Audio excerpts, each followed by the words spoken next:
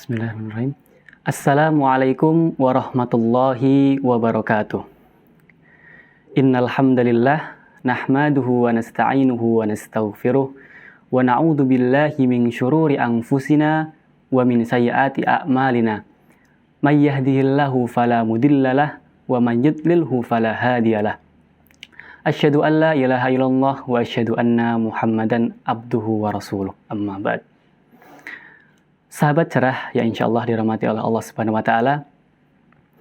Rasulullah Shallallahu alaihi wasallam pernah bersabda, "Ajaban li amril mu'minin, inna amrahu kullahu lahu khair. Wa laysa dzalika li ahadin illa lil mu'min. In asabathu syarra syakara fakana khairan lahu, wa in asabathu dharra sabara fakana khairan lahu." Rawahu Muslim. Sungguh menakjubkan urusan seorang mukmin. Segala urusannya adalah baik baginya. Tidak diberikan kecuali untuk orang mukmin. Apabila ia diberikan kenikmatan oleh Allah, ia bersyukur. Maka yang demikian itu merupakan baik baginya. Dan apabila seorang tersebut diberikan kesusahan oleh Allah, ia bersabar. Maka itu pula merupakan kebaikan bagi dirinya. Hadis riwayat Muslim. Seorang Muslim tentunya sudah selayaknya tidak usah ambil pusing apabila Allah Subhanahu wa taala memberikan kenikmatan ataupun kesusahan kepada kita. Kita sebagai seorang Muslim, apabila diberikan kenikmatan oleh Allah, maka kita harus mensyukurinya. Sebaliknya, apabila Allah Subhanahu wa taala memberikan kesusahan ataupun musibah kepada kita, maka kita diwajibkan untuk bersabar. Nah, menilik hadis dari yang tadi, Rasulullah SAW bersabda tadi, bahwasanya seorang mukmin yang menakjubkan. Bagaimana kita seorang muslim menjadi seorang yang mukmin? Tidak hanya muslim saja, akan tetapi muslim kemudian mukmin. Nah, untuk menjadi seorang mukmin, perlu kita lihat siklus-siklus kehidupan sebagai seorang mukmin itu bagaimana. Nah, diantaranya insya Allah kami akan bahas beberapa siklus-siklus kehidupan seorang mukmin. Yang pertama, meyakini bahwasanya ujian itu datangnya dari Allah Subhanahu wa taala. Kita telah mengetahui bersama bahwasanya setiap manusia yang ada di dunia ini tidak luput dari yang namanya ujian. Entah itu ujian berupa kenikmatan, ataupun kesusahan, ataupun yang lainnya.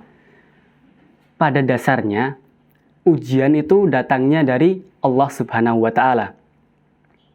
Allah Subhanahu wa taala berfirman dalam Quran surat Al-Mulk ayat 2, A'udzu billahi minasyaitonir rajim. Bismillahirrahmanirrahim. Alladzi khalaqal mauta wal hayata liyabluwakum ayyukum ahsanu amala wa huwal azizul ghafur.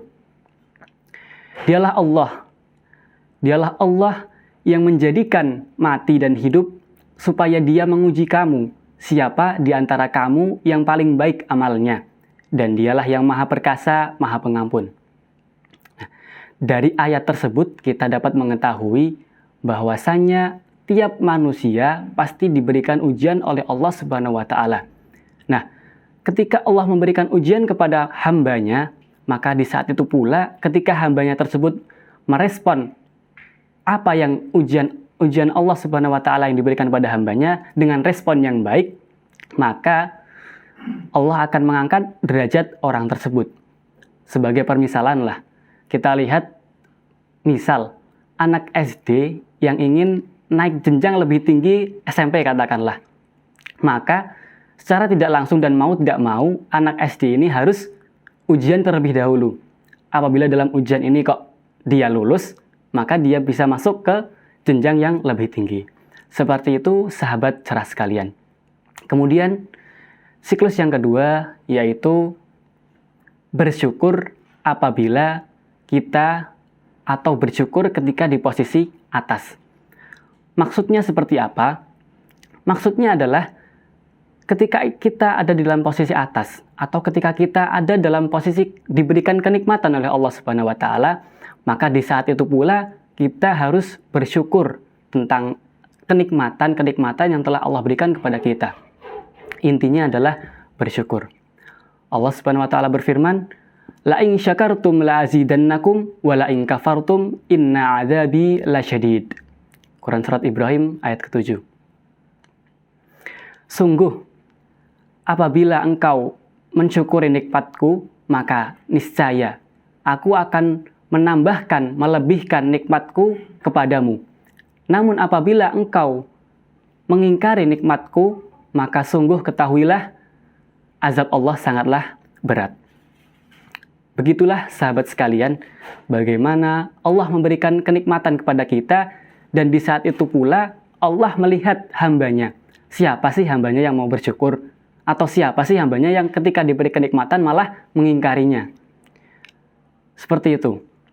Kemudian yang selanjutnya adalah yang ketiga, yakni bersabar apabila ada dalam posisi di bawah. Lawan dari yang kedua tadi, ketika yang kedua adalah ketika kita ada dalam posisi lapang, ketika kita ada dalam posisi kenikmatan, maka kita diwajibkan untuk bersyukur.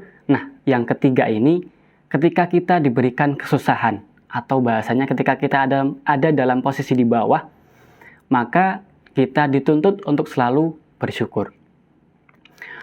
Kita sebagai seorang manusia dituntut untuk selalu bersyukur dalam segala apapun kondisinya. Pertama, ketika kita diperintah, yang dimana perintah tersebut sebenarnya memberatkan kita menurut hawa nafsu kita, maka di saat itu pula kita diwajibkan atau dituntut untuk selalu bersabar. Bagaimana cara bersabar kita? Caranya adalah dengan kita selalu mengikuti atau melaksanakan perintah tersebut, asalkan perintah tersebut merupakan perintah kebaikan. Yang kedua, kita dituntut untuk selalu bersyukur ketika Allah memberikan cobaan atau musibah kepada kita. Katakanlah kita diberikan musibah oleh Allah Subhanahu wa taala berupa sakit. Nah, ketika kita sakit inilah Allah menguji kita. Apakah kita ini bersabar atau tidak? Ketika kita bersabar, maka kita bertawakal kepada Allah Subhanahu wa taala, berdoa agar dengan sakit ini Allah mengampuni dosa-dosa kita. Namun sebaliknya, jikalau kita malah terus mengeluh, kemudian ya kita tidak ada doa-doa, kita tidak bertawakal kepada Allah, ya malah sebaliknya. Kita hanya mendapatkan rasa sakit saja, namun rasa sakit yang kita rasakan tidak berbanding terbalik dengan pahala yang dosa yang kita buat kemudian dihapus oleh Allah Subhanahu wa taala. Kemudian yang ketiga adalah kita diharuskan bersabar dalam menghadapi kemaksiatan.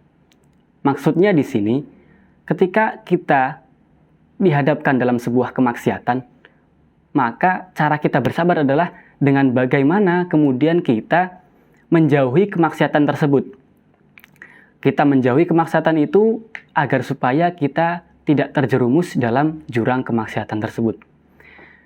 Sahabat cerah, ya insya Allah dirahmati oleh Allah Subhanahu wa taala, Imam Ibnul Qayyim Al-Jauzi pernah berkata, sabar itu wajib hukumnya, dan sabar merupakan sebagian dari keimanan, sebagian yang lain merupakan syukur. Begitulah yang ketiga. Nah, perkara yang keempat, dalam siklus, kita memahami siklus kehidupan seorang mukmin, yang keempat adalah berdoa kepada Allah Subhanahu wa taala dalam apapun keadaan kita. Oke, berdoa. Kita sebagai seorang hambanya memang sudah diwajibkan untuk berdoa kepada Allah Subhanahu wa taala. Kenapa? Karena kita hakikatnya di mata Allah Subhanahu wa taala merupakan hambanya yang tidak berdaya. Kita di sini, kita bisa bekerja, kita bisa menuntut ilmu. Namun, apalah daya jikalau Allah sudah mengatakan kun fayakun, maka jadilah. Begitu. Jadi intinya adalah doa merupakan senjata seorang mukmin. Kenapa dikatakan senjata? Ya karena itu tadi, doa bisa merubah segalanya. Bahkan Imam Ibnul Qayyim Al-Jauzi dalam kitabnya Da'wat Dawa mengatakan doa itu bisa menolak sesuatu yang kita benci dan bisa mendekatkan atau bisa meraih sesuatu yang kita sukai. Begitulah sahabat sekalian, sahabat cerah sekalian yang insya Allah dirahmati oleh Allah Subhanahu wa Ta'ala, 4 perkara yang dimana apabila kita bisa mengamalkan 4 perkara tersebut, maka niscaya hidup kita akan aman, hidup kita akan enjoy, hidup kita akan tentram. Karena kenapa? Karena kita selalu mengedepankan yang namanya syukur dan sabar. Karena tadi kita lihat dari hadis yang pertama tadi, kunci menjadi seorang mukmin yang menakjubkan itu adalah sabar dan syukur. Syukur apabila kita diberikan kenikmatan oleh Allah Subhanahu wa Ta'ala, dan sabar apabila kita diberikan musibah atau cobaan oleh Allah Subhanahu wa Ta'ala. Mungkin ini yang bisa saya sampaikan dalam ceramah kali ini. Apabila ada salah kata, salah ucap, saya mohon maaf sebesar-besarnya. Aqulu qouli hadza wastaghfirullaha li wa lakum. Nun wal qalami wa ma yasturun. Wassalamualaikum warahmatullahi wabarakatuh.